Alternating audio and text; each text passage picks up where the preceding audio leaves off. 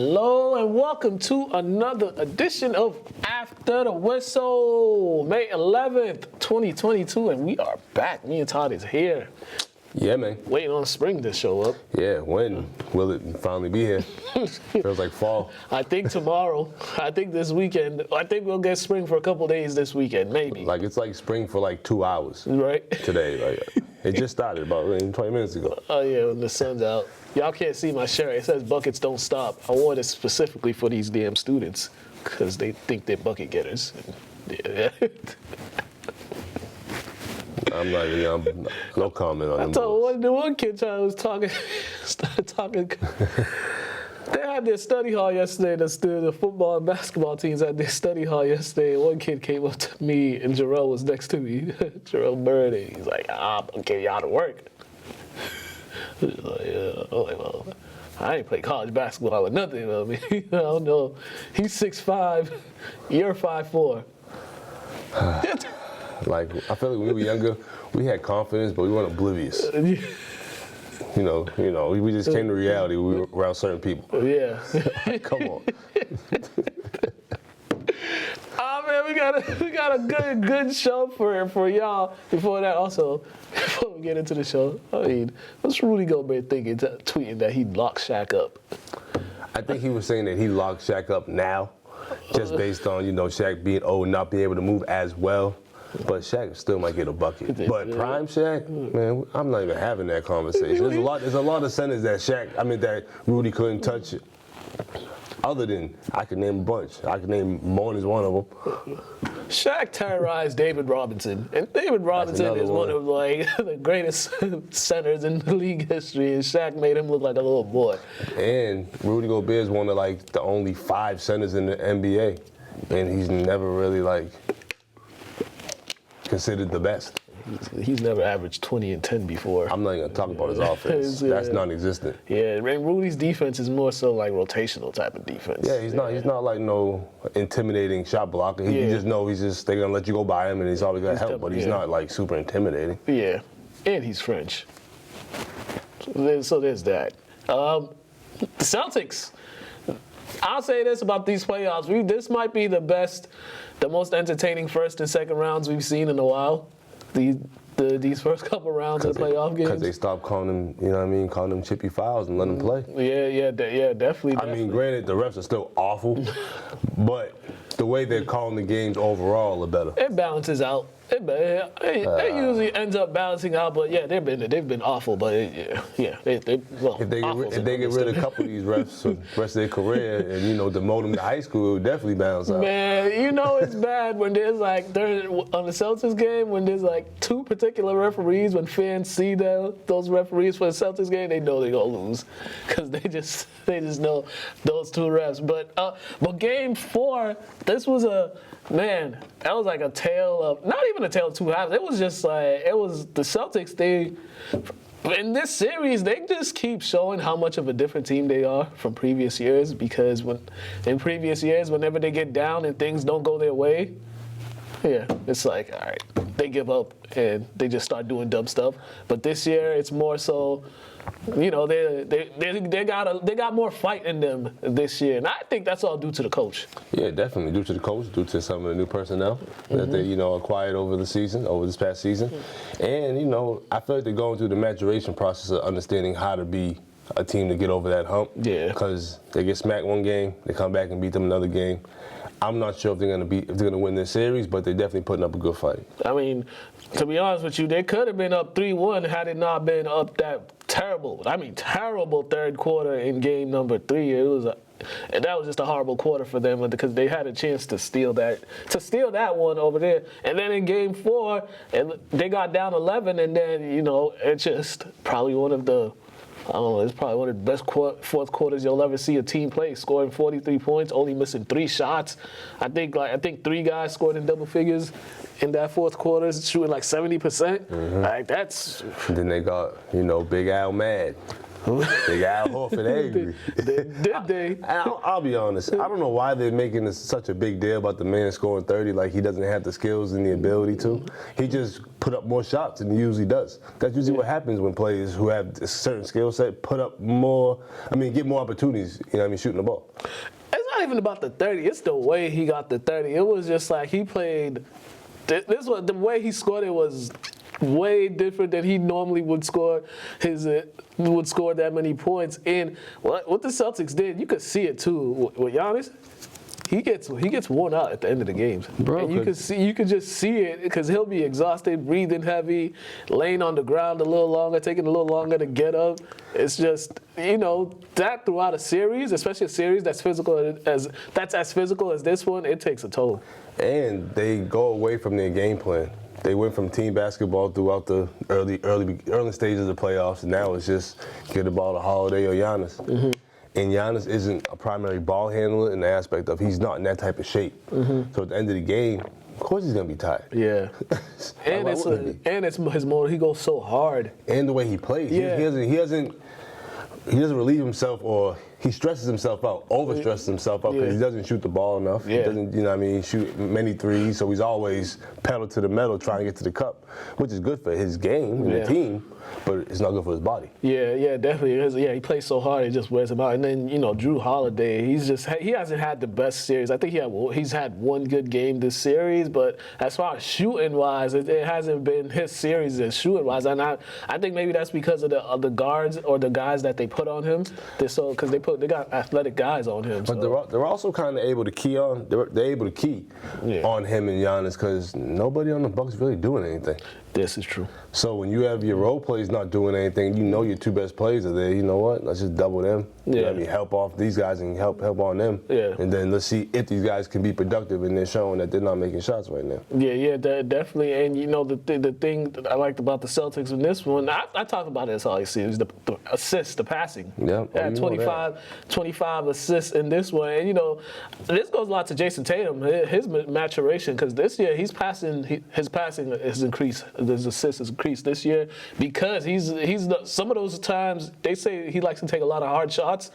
Now some of those shots he's making that extra pass and getting those guys involved, and that's just a development of him trying to be a better all-around player. Yeah, man. I was told the hardest thing about basketball is making it look easy. Yeah, and that's one thing you learn as you get older is how to make the game easier for yourself. Yeah. Just because you don't want to be exhausting all that energy, even though you have the ability to. It's just something you just don't want to do. You want to save it when you need to use it. Mm-hmm. But I like these passing the ball. That was their biggest issue because they're actually understanding the value of their role players. Yeah.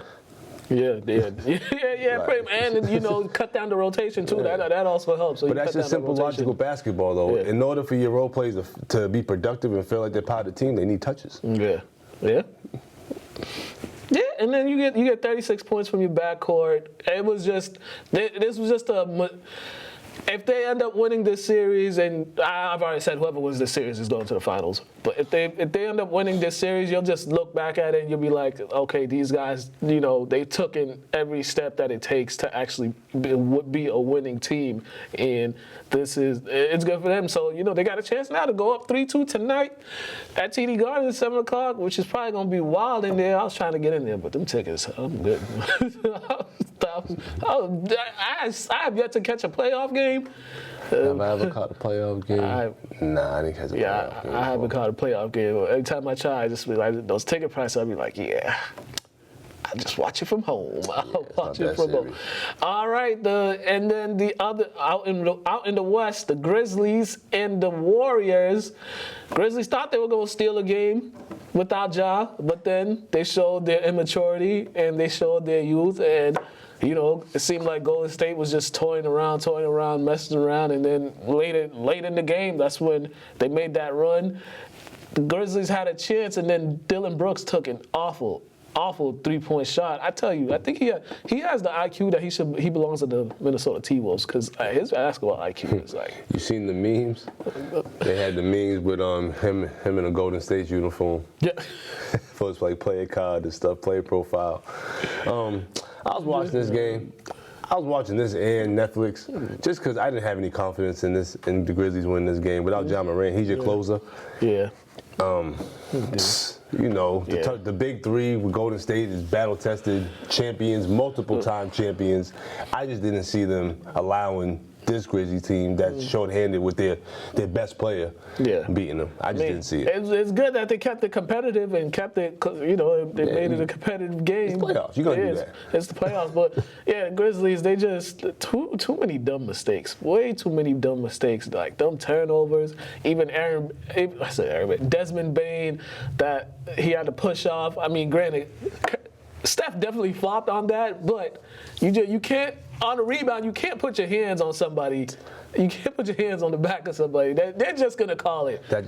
You know what? That's what happens when you're too strong and you do it on the poster board. Yeah. It's too negatives for you, brother. Right. He couldn't even be discreet about it if he wanted to. Like, he could do a wily vet move, but you got your hands right out, and they're like right there, and it's just like, bro, we gotta call that. Even if he plopped, we gotta call that because that's put in the back. But the Grizzlies also this series they've done a lot of whining and complaining like a bunch of little babies, complaining about. But that's usually what happens when you're a talking team. When things ain't going your way, you start talking a negative way in regards to the refs. Yeah. When things are going your way, you start running your mouth. So that's how it goes. Yeah. Even the coach talking about Jordan Poole deliberately try to injure Ja, and Ja talking about he broke the code and stuff like this, and it's just like, yo. See, now I got mixed feelings about that only because when you play against certain people, play at certain levels, you get taught certain things, and there's certain things I won't do against regular people that I'll do against people in other countries I'm playing, because I'll go by somebody and you put a certain part of your hand on a certain part of their knee, and once they move, it buckles. They can't go anywhere. So I got mixed feelings about that. Granted, you have times where you're just tugging at people. That's just part of the games. Just trying to get them off balance and whatnot. But then there are times where you can do things that alter somebody's. But I don't even think that's when he got hurt. So, I think he got hurt when he tried to block Clay's shot and they hit knees. And I'll be honest.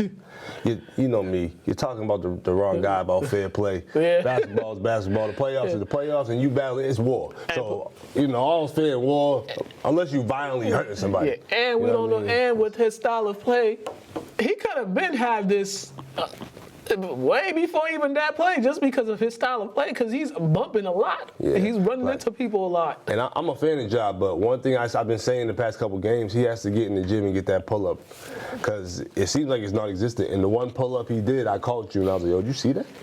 It looks so unorthodox. He looks so uncomfortable doing it, and he's always in, like the free throw line area, and that could be a consistent shot for him, just like Chris Paul does that. And he does floaters from a step inside the, the free throw line, and you can make that, but that's not really efficient. So I would just say get that pull-up game, and his game will go to another level. Yeah, because guys that play with that similar style, D-Wade's a perfect example. He got that. He ended up getting that pull-up at some point because he was always falling. And you see what it did to him towards the end, because he kept having these injuries, but then he definitely got that mid-range game, so he don't have to pick and choose when he want to attack the hoop. When you're 22, you don't think about that like that. You just I'm going 100 miles per hour. My whole life I thought about pain, and when I hit the floor, that's what I feel. That's good enough for me. What? So this series is 3-1 in Memphis tonight. It's probably over. It's gonna be over tonight, unless a miracle happens. But it's gonna be over. You got Jaren Jackson going 0 for 7 from 3. You got them as a team going 9 for 35. You don't have the guy to keep him poised, keep him calm. Yeah, poor Grizzlies. But hey, maybe crazier things have happened, but we don't see this happening. All right, and we'll talk about the Heat last. Suns and the Mavericks. That game number 5 was last night. Definitely a tale of two halves. It was a 3-point game at halftime.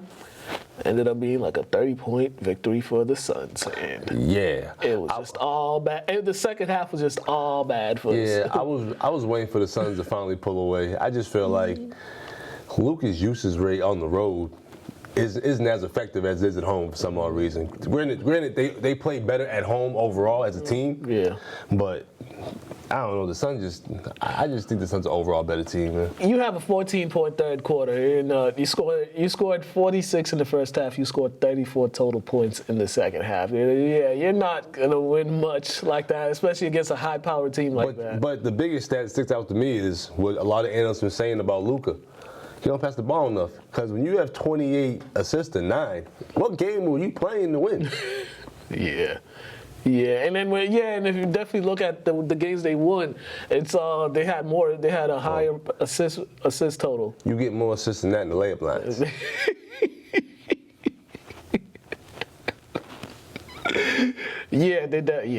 That's not good. Only 9 assists as a team. In 4 quarters, bro. Yeah, that's not good at all. I'm not even gonna do the math because it's embarrassing. I mean, your backcourt takes 40 shots and only makes 19, but then you look at some of the other guys, Reggie Bullock, 0 for 5. Finney Smith, 2 for 6. Keebler, 1 for 5. You know, I mean, Bertans, he was 3 for 4, but it wasn't that effective. And they were getting out rebound. So if your bigs aren't even putting the ball in the hole, at least they can do is show their worth out there and get some rebounds. They were just not doing nothing well. 25% from 3, 66% from the free throw line. The second half was just a disaster for them. Everything just went to bed. It's crazy because Paul didn't play well really at all. Yeah, he didn't. Booker came back to being Booker. Mm-hmm. Aiton's shown this and showing that he's maturing and becoming a force. Mm-hmm. And they're remembering that he's down there. Yep. Yeah, and then just the Suns as a whole, they just played a way better team game than the game Mavericks. Though. Yeah. They be having they usually average 4 or 5 guys in double figures. Yeah, you know what I mean. So and the Mavs average 2 or 3, just because Luka averages 30-something in the playoffs. Yeah, and then this shit, and then when they get hot too, they really get hot. Because they're a running team too. Yeah. They don't slow. Luka slows the game down. Yeah. So when you're a slow down team, every possession matters. Mm-hmm. You know what I mean? When you're a transition team, position don't matter. You know you get some steals, you gotta get some blocks, you gotta get up and down the floor. Yeah. So they have to value the Mavs have to value the ball and value each possession a lot more. Yeah, I think what the Mavericks need to do a little bit more is when they need to get Luka off the ball a little bit more, put him in the post, because have Dinwiddie and Brunson bring the ball up. Because sometimes when they did that and they found him in the post, he'd always end up getting a mismatch. You know, they put Chris Paul on him or something, and then he'd find the cutter and something like that. He's 6'8", and he plays the point. Mm-hmm. Most of your points are 6'3", 6'4". Yeah. The logical thing would be put Brunson at the 1 because Brunson's a great backup. Yeah. A great starting point guard, actually. So why wouldn't you? Yeah. And they don't even necessarily have to put it. They just have to, mix it up with who brings the ball up at some points. Yeah, you'll have your moments when Luka brings it up, but especially I like when Dinwiddie brings the ball, when Luka, Dinwiddie, and Brunson are on the court together. I like that those three guards. It's you got 3 playmakers. They just need more energy. Need to play a little more up tempo. Yeah, definitely. Just to give themselves more opportunities at the rim. Yeah, definitely. So they got a chance. They got a chance to force a Game 7. Game 6 I believe is tomorrow. So hey, win or go home now. You be in Cancun. Which isn't the worst. It's not, but I thought about it yeah, I did. That's why I paused. That's why I paused for a second. Cancun don't sound too bad right now, especially for us over here. For real. And then lastly, the Heat and the Sixers. Sixers had tied it up with 2 strong games at home, but then went down to Miami, and what we always talk about going down. Yeah. It was looking like my little rhyme wasn't gonna, cut it, but Embiid got hit in the face again, man. I think the Sixers are dead.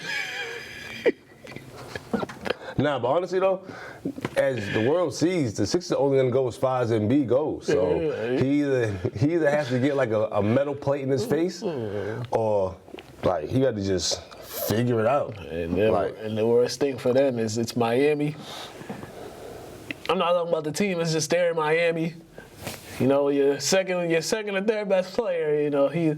He likes the nightlife and I ain't gonna lie all to you. that other stuff. If I'm in Embiid, I'm on the beach. I don't even want to get up. Like, I'm like, yo, this sun feels terrific on my face. Oh, this is like, you know what I mean, therapy. Like, That's one thing. That's one thing the Heat gotta love. They got the biggest home court advantage because of their city. Like, you know how easy you could get distracted just walking down the street to the store. I mean, from the I never looks, forgetting you came to town to play a basketball game. from the looks of it, I mean, they out rebounded by 10, had 12 more assists, and had 5 less turnovers. They beat them in every category that matters. And then they had 9 more fast break points and 20 more points in the paint. I'm telling you, but I think some of them Sixers were out. I think they might have said 1, 2, 3 Miami. They might not even go to Cancun. They might just stay there. Hey, man.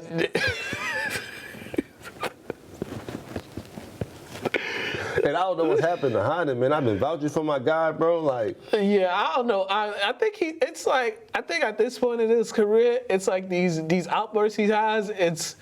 You just got. think it's like karma or something. Maybe. But I just think, honestly, too, he might look at it like, man, Embiid's hurt. We ain't making it to no finals this year. I'm in Miami too. Yeah, he probably is on something like, you know what, let's get ready for next You know, season, he was bro. probably Get like, right. I'm going to the strip club. Yeah, I'm going King of Diamonds. yeah, man. See y'all at tip off. Man, it's unfortunate, bro. Yeah, but they're my back Heat, at home. So one thing we have seen is these teams are played differently when they're on their home courts. It's just sad that Embiid can't even sit out a series and Yeah. the team have a legit chance to win. Yeah, definitely. Because when Bro. he came back, even though he didn't shoot the ball well or play that well, everything else was a lot easier for everyone else. Yo, I can only imagine what his face felt like when that ball hit him. Oh my God.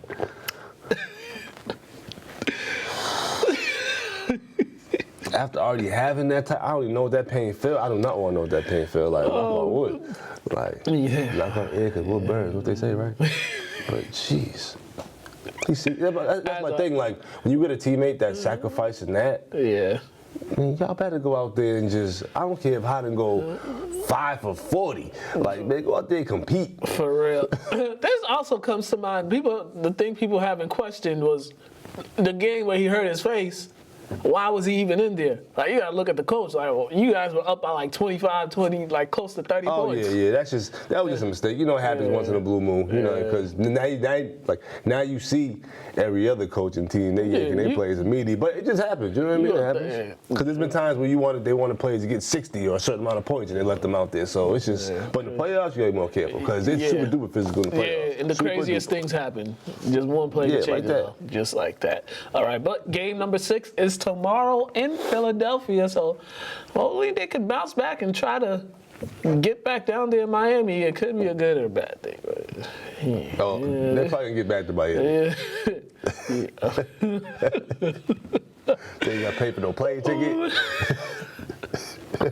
All I gotta do is book their hotel. Yeah, tell the kids, oh no, you gotta stay home. You know, I'll be here for the extra 4 days. I'll see y'all in a couple weeks. All right. Team bonding. Oh, we gotta talk a little hockey for y'all because the Bruins are in the playoffs. After tying the series up at 2-2, they decided to wet the bed last night. Oh, damn, for real? No, man, they didn't even show up last night. I didn't even see anything on ESPN or anything about it. Yeah, they got their behinds 5-1. Oh, that's embarrassing. In game, what was this? Game number? It was game 2. Game number 5. Game number 5. What was the game, man? This was in Carolina. I was gonna say because that wasn't the flu. In Carolina, they've scored a total of 4 points down there. Well, they've had they have 2 1-goal games and 1 2-goal games, but they came up here, they scored 9 goals. They scored 9 goals at home, but they can't score down in Carolina. That's why I asked. 'Cause I'm like that performance don't seem like what happened in the Garden, like because for one, the fans ain't having it. You might see all type of stuff on the ice after a while. They get fed up out here. Yeah, and people had a good feeling about them going back down there too because of the scoring 9 goals in 2 games up here and playing so well. So they had a good feeling about them. They were competitive, and so they thought they'd go down, and then they just laid an egg. Might be that Bojangles, man, for that cookout. Well, that Hibachi Express, man. It's mad Hibachi Expresses down there in Carolina. It be hitting too. Oh man, and the goalie too. Yeah, it was just a terrible all-around game for the Bruins. You know, they had a good opportunity to steal that game and come close it out up here. And you know, we keep talking about the Bruins and you know how it's been a while since they've hoisted a trophy, and we still got that terrible memory of the Chicago Blackhawks. So. I've never been hurt by a refresh button so bad in my life, bro. So, shoot the game. Oh, like, I just hit the floor. Yeah, but yeah, these guys, their goalie play and their, I'm going blank right now. What's that? What the heck is it? I just forgot.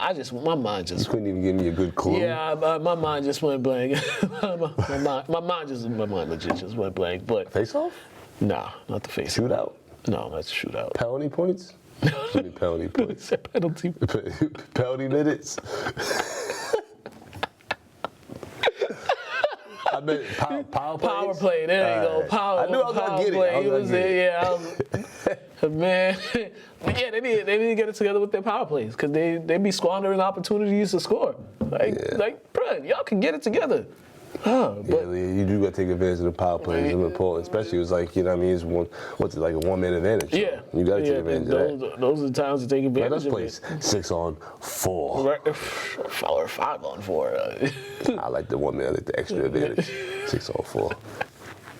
But game number 6 is tomorrow at TD Garden. So, you know, maybe they'll score 6 goals tomorrow and just try to bring it to game 7. But I'm pretty optimistic, but I don't see it happening. I be trying to be optimistic about the Bruins, but every time I read about them or I watch them, I feel like it's just never good news. It's always something, especially it's always goalie, it's always like power play, it's always issues with the forwards and stuff like that. So I just feel like, man. But the good thing about our Bruins, at least they're consistently in the playoffs. Compared to before, they were just like when they went to that drought for so many years without. Yeah. They had an all-star for no reason. Mr. Thornton. Yeah, and then he left. Yeah, and then we started winning. Go figure. Nah, Joe Thornton was the man. Respect. All right, let's go to Athletes Corner. Then we're gonna come back. Athletes Corner. This one is with Josh McDonald. He will be attending Endicott College for some foosball. Football. I know. They making everything an Olympic sport. I looked at you with the craziest face, like, yo, what? Like, all right. Yeah, he'll be out there playing football. I think 3 or 4 kids from Lynn are going to Endicott. That's dope. I wear my gear when I go support. Yeah. So check this out, then we're going to come back.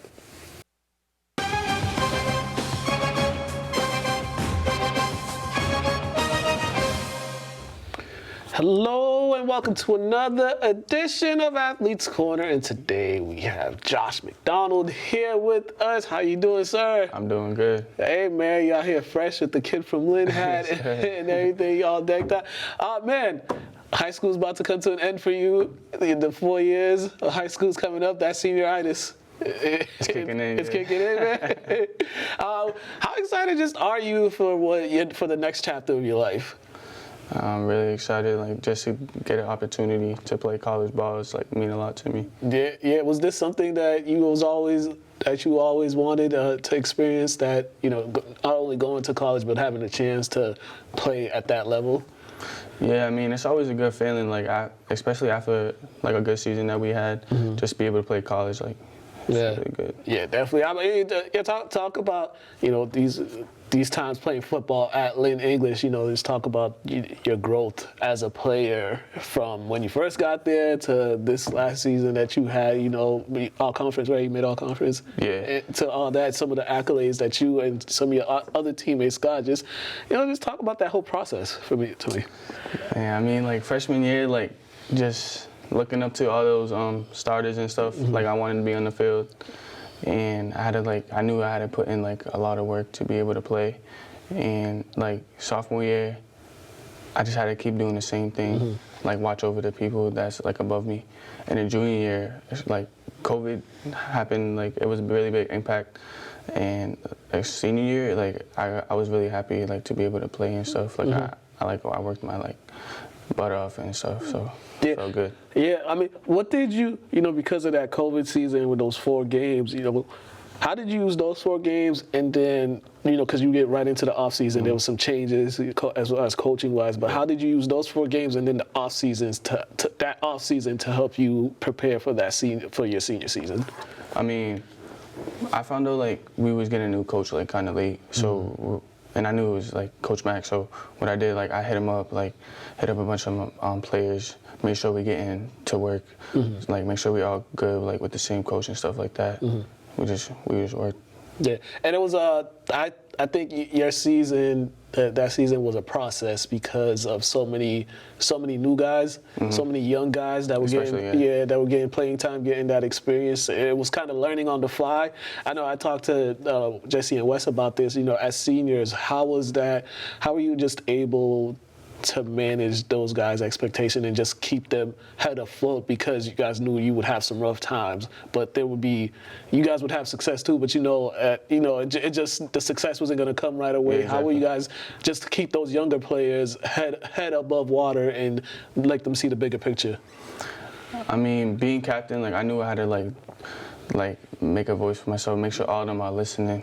I mean, it really came like easy for me because like the freshmen that I played on the field, like they really wanted it, so it became easy for me. So I just made sure they was doing the right thing. I practiced, and became game time. Like I would always like speak to them like, this is your time to shine, like, and they like stepped it up. So how happy were you with their success? One player in particular, Edwin Castro. Yeah. He came on late in the season, but how happy were you just to see the stuff that his hard work pay off, and then he started having success on the field, making plays for you guys in some of those games down the stretch? I mean, I was really happy like watching him at practice. Like he was locking up like some of our like core guys, and he was doing his thing. So I was like, yeah, he's definitely gonna be good come game time. Yeah, and he stepped it up really big. Yeah, definitely. And for you, making all conference, that's a big accolade. All the touchdowns that you scored this year. What was some of the things that you look back on the season that really stood out for you individually? That stood out for you? I mean, like just being able to like be on the field, like whether it's offense or defense. Like I never was really able to play both sides of the ball, and I got the opportunity, so I just took full advantage of it. And like, I mean, started off at practice, so everything like coach was telling me to do. Like there was a time where coach told me to like step it up, like you go even harder, because I had like a little drop. So like I thank like coach for like having that talk with me, and ever since then, like he can tell you for himself. Like ever since then, that was just got better. And did you use looking up to your freshman and sophomore years, watching some of those older guys? Yeah. Did you like look at some of the stuff that they did, how they carried themselves on and off the field, and how they treated their teammates? Did you kind of import that with yourselves this year, and that kind of helped you just go along with the season? Yeah, of course. I used to look up to like Prince Brown, Taj, Perda, and of course Matthias. Like seeing what they was doing to be able to be on the field. Like of course I was doing it, but like in my own way, stuff like that. Yeah, and I know you guys had the 500 record, but I think for the seasons you guys had, and for everything, all the changes that had, I think when you guys got it going, what was it like when you guys got it going? Because it started off slow, but then right in the middle of the season, you guys got it going on each aspect, offense and defense and special teams. What was that like when everything started to unfold and things started going you guys' way, because they weren't going your way early on? Exactly. I mean, it felt really good to like get on a roll, like starting winning games, like 3 games in a row. It felt really good, but I knew like even though we was winning games, like we still had to like practice harder, everything, and that's what it came with, like just practicing harder, taking things seriously, taking school seriously, like making sure all the guys come to practice, like doing what coach says and stuff like that, and came really good for us. Yeah, and now you made the commitment to go to Endicott, to the decision to go to Endicott College. They've got a couple guys from Lynn. I know Jeffrey Hill. He's going up there. I don't know if he's playing football and basketball. Pretty sure he's playing ball. Because when I talked to him, I know he wanted to play. He wanted to play both, but I don't know. But it'd be good. You got your quarterback going up there as well. How happy were you I mean, how happy was Jesse when he heard that you were going to go there, and how happy were you that vice versa when he made his decision to go there? I mean, so how I started was like we both like came to like a visit. He had a visit of his own like with the coach, and I'm like, yo, like this is like a good school. Like it feels good being here, everything. I was like, oh, hit up the coach for me, and he did his thing. Coach started texting me, and it was love ever since that. So, I mean, once he made the decision, like I already knew where I wanted to go. Like it wasn't like, but once he made the decision, like I felt like damn, I got to play with my quarterback. You know, like another 4 years with Jesse, like that's good. Like I felt happy. Yeah, did the campus and stuff, was that just something you were really comfortable with? That environment there. Like yeah, I went on my own visit myself. Like I visited like twice before I made my decision. Yeah, I liked how like everything was like close. Like felt like home. Like yeah, definitely. Also, I asked a few guys this. Also, did being close to home and family, being able to have an easy path to come watch you guys play, is that also kind of played a role in the decision? Yeah, it did. Yeah. Okay. Of course. Yeah, definitely. Now this is a whole different thing. Now you're back to the bottom of the pole. Yeah. You're a freshman again. You have to prove yourself again. You have to grind to get time on the field again. You know, how excited are you for that challenge? Because that's one aspect of, once you get there, that's good. But then the other aspect, you have to prove yourself again to these new coaches, these the players that are there and stuff. How excited are you for that challenge? I mean, I love playing football, so I like facing new challenges like every single day. Like I know I'm gonna have to like go hard in the weight room, hard on the field, of course hard in school, and I'm like ready, like prepared for that. Yeah, definitely. I tell everybody it's the best 4 years of your life. You gotta utilize it, because this is when you meet people that can meet somebody that got a billionaire parent. It's like that. That's legit how college goes. You be walking around campus, you can see the founder of Tesla's granddaughter or something like that. So that's the great part. What are some of the lasting memories that you'll have with being a Lynn English Bulldog? Man, like those times in the locker room, like before a game, those bus rides, especially I like sitting in the back, so those back bus rides. Yeah. Just being around those guys, like it's a great feeling. Yeah.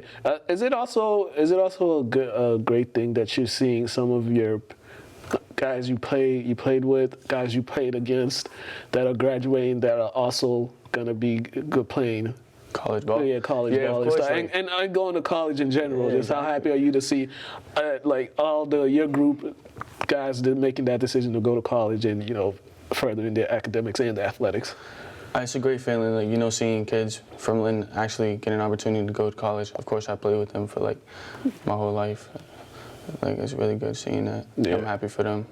Yeah, definitely, man. Hey, man, you guys are doing well. You guys are doing really well. You're staying the course, staying out of trouble, and hey, you're getting an opportunity that not many people can get. Exactly. So, I wish you the best too. Thank you. Utilize that.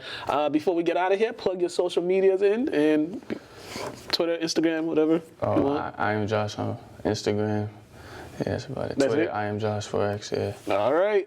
Make sure you follow him. Thank you. Go follow his page. Also shout him out. And when the season comes, take a ride up there. It's only Beverly. It's not that far of a ride. Yes, sir. Go catch a game or something. You guys been watching Athletes Corner. We're out of here.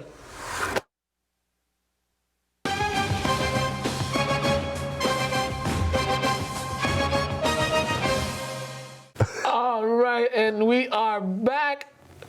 Thank you, Josh, for that. All right, let's get into some other stuff. It hasn't really been nice out. Bro, that wind just smacked me in the face on the way in. It hasn't been nice out, and you know why? 1, 2, 3, 4, 5. Because before last night, the Red Sox have lost 5 games in a row. You know what's funny? I almost said the Red Sox better stop winning when the show started, because I was so cold the past week.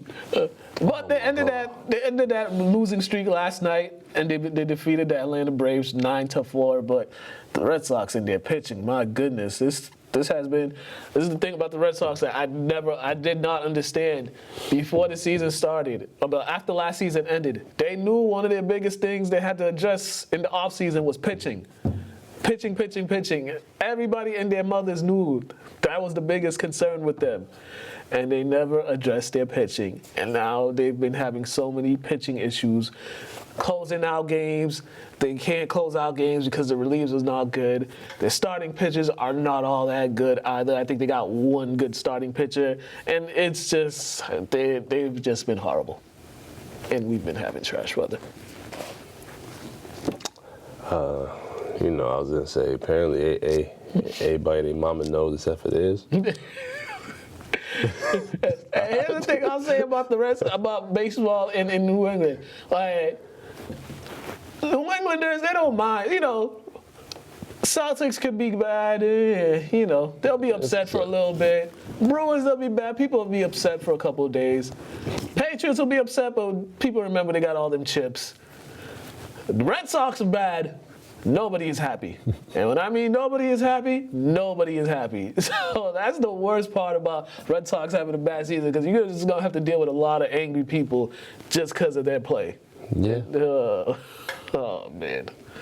But they should remember that we're part of a generation that we were fortunate enough to see them win their first, second, third, what 4?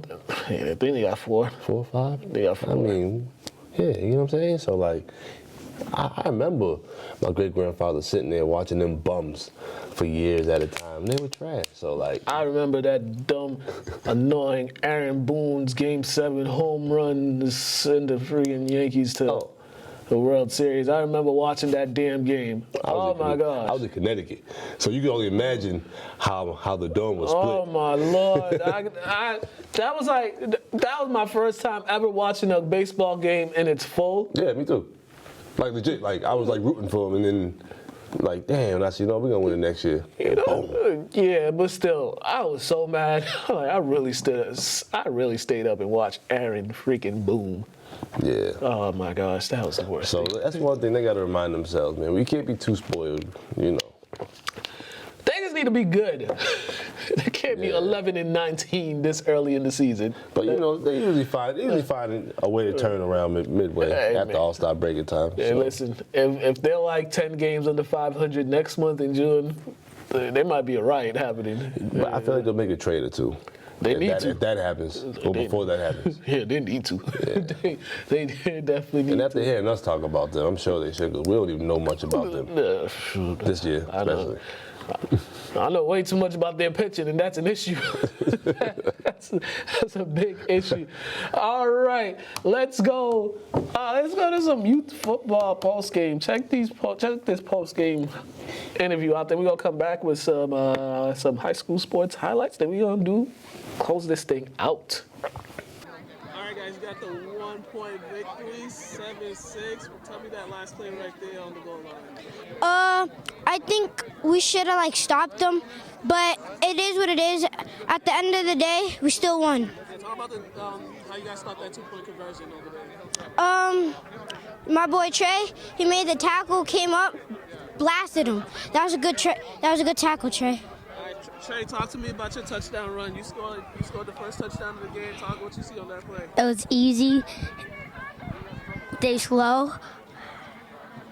And that's what I have all to say. And also, tell me about that last that play over there to stop them from getting that 2-point conversion. We just stopped, and that's all. We just won. All right, guys. You guys still undefeated. How you feel? Good. Yes, sir. That's what we meant to do. Yes, sir. We're going to be 6-0 because we have 2 more games, and we're going to win those 2. All right, and we are back. Okay, let's go to some high school hoops highlight. This is hilarious. So, Jet, he had found some old games. He had the tape, so he gave me one. It was their senior year. And this dude I sent it to him. He's like, yo, man. He just got mad because they were playing Swampscott. He was saying they were triple teaming him the whole game and stuff. So he just was reliving it and got mad again. That's tone. That's tone. You won't understand them unless you grew up with them. That's just it. It's hilarious.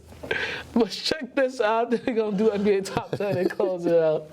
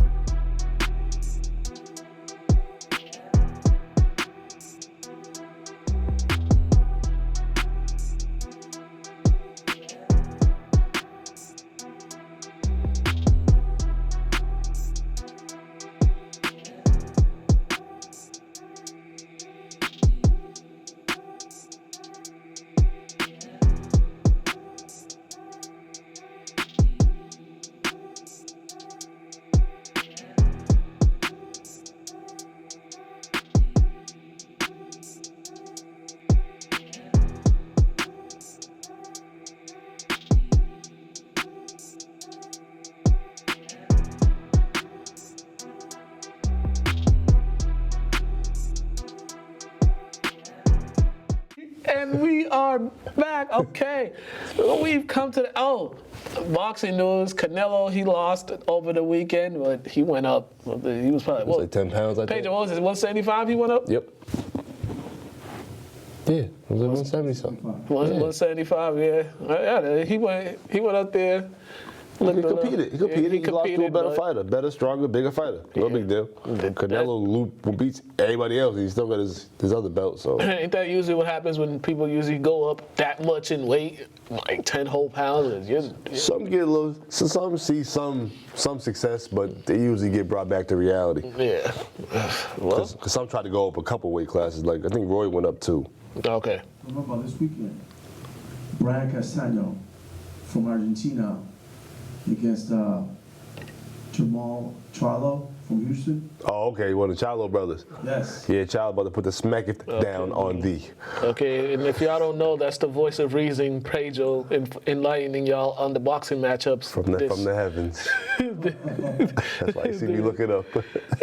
this weekend. So check that out for you avid boxing fans. All right, Tom Brady, $375 million to be in the booth after he's done for 10 years. 375. Why don't they give him a test run first? Because you might not like him in the booth. Right. Tony Romo's the man in the booth. 375. But I feel like the better quarterback you are, I don't know how good you'll be on the mic. Because the guys they got on the mic weren't that great at quarterback. They got some rings. Yeah. But it's just they weren't Tom Brady. Yeah. But I think it's dope though. I think Tom would do great. He probably will, because you know him. He won't be a perfectionist with everything. So But he just throwing him on there because he's Tom Brady. pretty much. Let's see if you got some skills first. 375 million. Did they throw him in the starting line immediately when he was on the Patriots? Yeah. No, you gotta give let him work a little bit. Remind him he's Tom Brady. Nah. 375 million. That's what I'm saying. So, other news, Bob Lanier, he passed away at age 73. Bob Lanier? Bob Lanier, I said Lanier, my bad. Bob Lanier. You speak multiple languages, bro. No biggie. He passed away age 73, Detroit Pistons, Milwaukee Bucks. So, Legend. Yeah, that's all we got. That's all we got for y'all. Make sure LCTV After the Whistle, Instagram, lyntv.org, the website, Lynn Community Television, Facebook, YouTube, all that good stuff. I ain't got no B-Day shout-outs. My cousin's birthday was yesterday, so I texted him, so ain't no B-Day shout-outs this week. All the college graduates.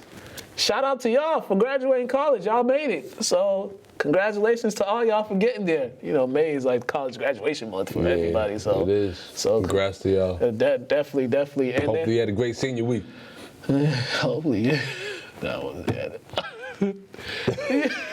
we out of here, man. I ain't about to get us canceled.